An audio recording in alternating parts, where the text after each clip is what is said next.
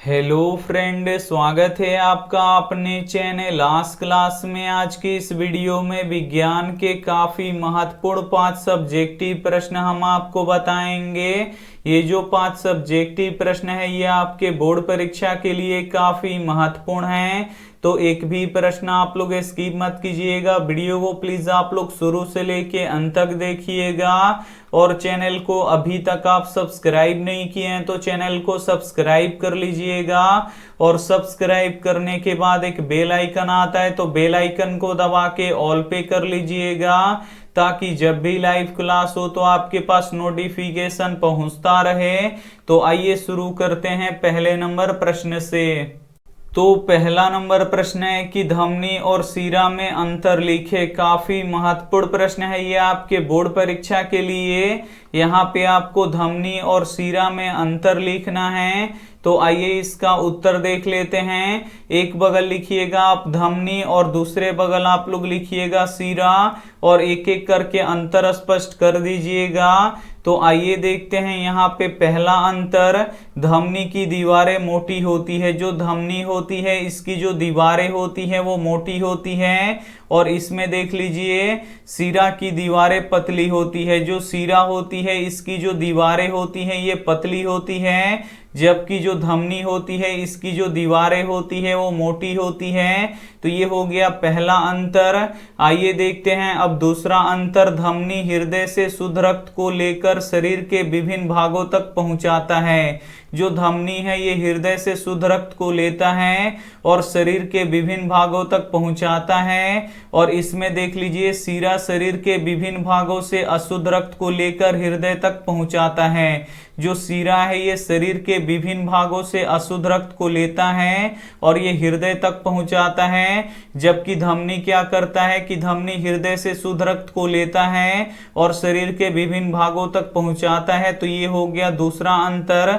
आइए देखते हैं यहाँ पे तीसरा अंतर, धमनी में कपाट नहीं पाए जाते हैं। जो धमनी होती है इसमें कपाट नहीं पाए जाते हैं, और इसमें देख लीजिए सीरा में कपाट पाए जाते हैं। जो सीरा होती है इसमें कपाट पाए जाते हैं, लेकिन धमनी में कपाट नहीं पाए जाते हैं। तो ये हो गया तीसरा अंतर। आइए देखते हैं यहाँ पे चौथा अंतर, पल्मोनरी धमनी को छोड़कर सभी धमनियों में शुद्ध रक्त होता है। जो पल्मोनरी धमनी होती है इसमें अशुद्ध रक्त होता है, लेकिन बाकी सभी धमनियों में शुद्ध रक्त होता है। और इसमें देख लीजिए पल्मोनरी सिरा को छोड़कर सभी सिराओं में अशुद्ध रक्त होता है। जो पल्मोनरी सिरा होता है इसमें शुद्ध रक्त होता है, बाकी अन्य सिराओं में अशुद्ध रक्त होता है। तो उम्मीद करते हैं ये प्रश्न आपको काफी अच्छी तरीके से समझ में आ गया होगा। समझ में आ रहा है तो प्लीज आप लोग वीडियो को एकदम शुरू से लेके अंत तक जरूर देखिएगा। आइए देखते हैं अगला प्रश्न, 2 नंबर प्रश्न है कि पानी के अपवर्तनांक से आप क्या समझते हैं। काफी महत्वपूर्ण प्रश्न है ये आपके बोर्ड परीक्षा के लिए।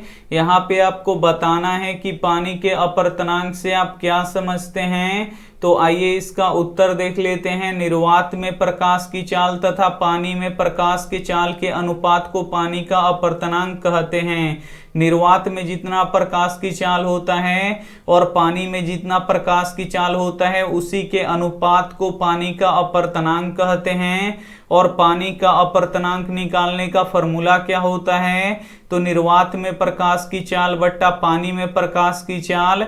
तो निर्वात में प्रकाश की चाल कितना होता है, 3 लाख किलोमीटर पर सेकेंड होता है, और पानी में प्रकाश की चाल कितना होता है, 2,25,000 किलोमीटर पर सेकेंड होता है। तो यहाँ पे किलोमीटर पर सेकेंड से किलोमीटर पर सेकेंड कट जाएगा, और 3 जीरो से यहाँ पे 3 जीरो कट जाएगा, और 300 में जब 225 से भाग लगाएंगे तो ये 1.33 आएगा, और ये 1.33 पानी का अपवर्तनांक होता है। तो उम्मीद करते हैं ये प्रश्न आपको काफी अच्छी तरीके से समझ में आ गया होगा कि पानी के अपवर्तनांक से आप क्या समझते हैं। तो निर्वात में प्रकाश की चाल तथा पानी में प्रकाश की चाल के अनुपात को पानी का अपवर्तनांक कहते हैं।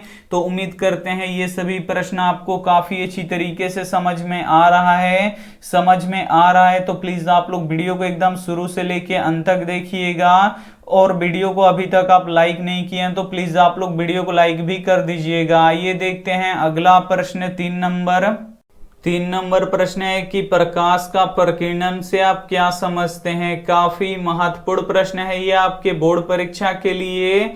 यहाँ पे आपको बताना है कि प्रकाश का प्रकीर्णन से आप क्या समझते हैं। तो आइए इसका उत्तर देख लेते हैं। प्रकाश जब किसी माध्यम से गुजरता है तो उसमें उपस्थित धूल कण तथा अन्य पदार्थों से टकराकर प्रकाश सभी दिशाओं में फैल जाता है, तो इसी घटना को प्रकाश का प्रकीर्णन कहते हैं। तो प्रकाश का प्रकीर्णन किसे कहते हैं? तो जब प्रकाश की किरणें किसी माध्यम से गुजरती है तो उस माध्यम में उपस्थित धूल कण या अन्य किसी पदार्थ से टकराकर सभी दिशाओं में फैल जाता है, तो इसी घटना को प्रकाश का प्रकीर्णन कहते हैं। सूर्य के प्रकाश के प्रकीर्णन के कारण ही आकाश का रंग नीला दिखाई देता है। इसमें नीले रंग का प्रकीर्णन अधिक होता है। क्या होता है कि सूर्य के प्रकाश के कारण ही जो हमारा आकाश है ये नीला दिखाई देता है। और नीला क्यों दिखाई देता है? क्योंकि नीले रंग का प्रकीर्णन इसमें सबसे अधिक होता है। तो उम्मीद करते हैं ये प्रश्न आपको काफी अच्छी तरीके से समझ में आ गया होगा कि प्रकाश का प्रकीर्णन से आप क्या समझते हैं। तो जब प्रकाश की किरणें किसी माध्यम से गुजरती हैं तो उस माध्यम में उपस्थित धूल कण या अन्य पदार्थ से टकराकर प्रकाश सभी दिशाओं में फैल जाता है, तो इसी घटना को प्रकाश का प्रकीर्णन कहते हैं। और सूर्य के प्रकाश के प्रकीर्णन के कारण ही आकाश का रंग नीला दिखाई देता है, क्योंकि इसमें नीले रंग का प्रकीर्णन सबसे अधिक होता है। तो ये प्रश्न आपको काफी अच्छी तरीके से समझ में आ गया होगा। आइए देखते हैं अगला प्रश्न 4 नंबर प्रश्न है कि संक्षारण रोकने के उपायों को लिखे। काफी महत्वपूर्ण प्रश्न है ये आपके बोर्ड परीक्षा के लिए। यहाँ पे आपको संक्षारण रोकने के उपाय यानी जंग रोकने के उपायों को लिखना है। तो आइए इसका उत्तर देख लेते हैं। संक्षारण को रोकने का प्रमुख उपाय निम्नलिखित हैं। यहाँ पे पहला उपाय देखिए, धातु के सतह पर पेंट लगाकर संक्षारण रोक सकते हैं। जो धातु होते हैं इनके सतह पर अगर हम पेंट लगा देंगे तो हवा और नमी से इसका संपर्क टूट जाएगा और जो धातु है ये सुरक्षित रह जाएगा, इसका संक्षारण रुक जाएगा, यानी इस पे जंग नहीं लगेगा। तो ये हो गया पहला उपाय। आइए देखते हैं इसका दूसरा उपाय। धातु की सतह पर एल्यूमिनियम या जस्ता की परत को चढ़ाकर संक्षारण रोक सकते हैं।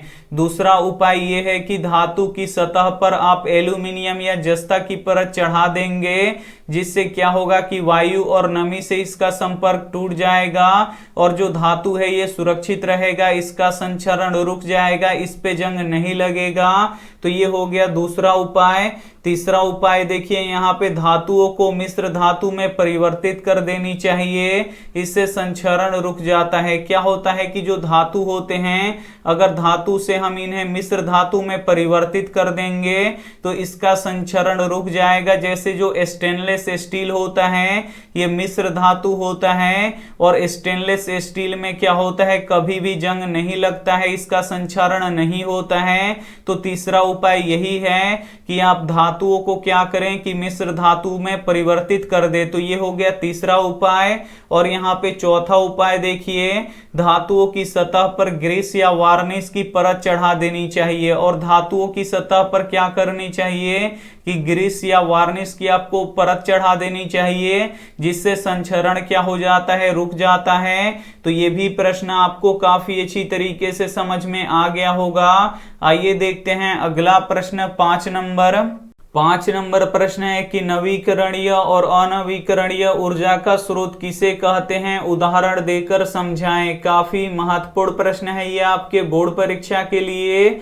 यहाँ पे आपको बताना है कि नवीकरणीय और अनवीकरणीय ऊर्जा का स्रोत किसे कहते हैं और इसे उदाहरण देकर समझाना है। तो आइए सबसे पहले समझते हैं कि नवीकरणीय ऊर्जा के स्रोत किसे कहते हैं। तो नवीकरणीय ऊर्जा का स्रोत ऊर्जा का वह स्रोत है जिसका हम बार बार उपयोग कर सकते हैं, जो कभी खत्म नहीं हो सकता, उसे नवीकरणीय ऊर्जा के स्रोत कहते हैं। तो नवीकरणीय ऊर्जा के स्रोत किसे कहते हैं कि जिसका उपयोग हम बार बार कर सकते हैं और जो कभी खत्म नहीं होगा, उसे नवीकरणीय ऊर्जा का स्रोत कहते हैं। जैसे यहाँ पे लकड़ी हो गया, लकड़ी का हम बार बार उपयोग करेंगे, एक बार खत्म हो जाएगा, फिर इसे हम क्या करेंगे, खेती करके उगा लेंगे या वृक्ष लगा के उगा लेंगे इसे, और उसको लकड़ी का उपयोग हम बार बार कर सकते हैं। जैसे विद्युत हो गया, पानी से हम बिजली को बार बार बना के यहाँ पे बार बार उपयोग कर सकते हैं, ये कभी खत्म नहीं होगा।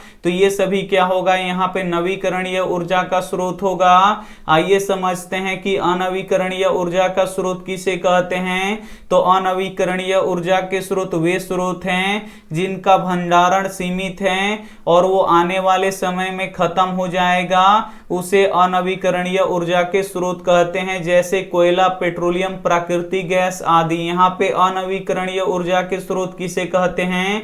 तो वे स्रोत, ऊर्जा के वे स्रोत जिनका भंडारण क्या है, सीमित है और ये आने वाले समय में क्या हो जाएगा, खत्म हो जाएगा। और ये एक बार खत्म हो जाएगा तो पुनः हम इसे नहीं बना सकते, तो इसे क्या कहते हैं, अनवीकरणीय ऊर्जा के स्रोत कहते हैं। जैसे यहाँ पे कोयला हो गया, पेट्रोलियम हो गया, प्राकृतिक गैस हो गया। और नवीकरणीय ऊर्जा के स्रोत किसे कहते हैं, तो जिसका उपयोग हम बार बार कर सकते हैं और जो कभी खत्म नहीं होगा, उसे नवीकरणीय ऊर्जा के स्रोत कहते हैं। जैसे यहाँ पे सोलर हो गया, विद्युत हो गया, लकड़ी हो गया, ये सभी नवीकरणीय ऊर्जा के स्रोत हैं। और जो कोयला हो गया, पेट्रोलियम हो गया, प्राकृतिक गैस हो गया, इसका भंडारण सीमित है और ये एक दिन क्या हो जाएगा, खत्म हो जाएगा। और जब ये एक दिन खत्म हो जाएगा तो इसे पुनः हम नहीं बना सकते हैं, तो इसे ही अनवीकरणीय ऊर्जा के स्रोत कहते हैं। तो उम्मीद करते हैं ये सभी प्रश्न आपको काफी अच्छी तरीके से समझ में आ गया होगा। समझ में आ गया है तो वीडियो को आप लोग लाइक कीजिएगा, अपने दोस्तों के पास इस वीडियो को जरूर शेयर कीजिएगा। और चैनल को अभी तक आप सब्सक्राइब नहीं किए हैं तो चैनल को सब्सक्राइब करके साथ में बेल आइकन को ऑल पे दबा लीजिएगा, ताकि जब भी लाइव क्लास हो तो आपके पास नोटिफिकेशन पहुंचता रहे। Thank you for watching. मिलते हैं अगली वीडियो में, तब तक अपना ध्यान रखिए, मन लगा के पढ़ाई कीजिए। Take care and bye.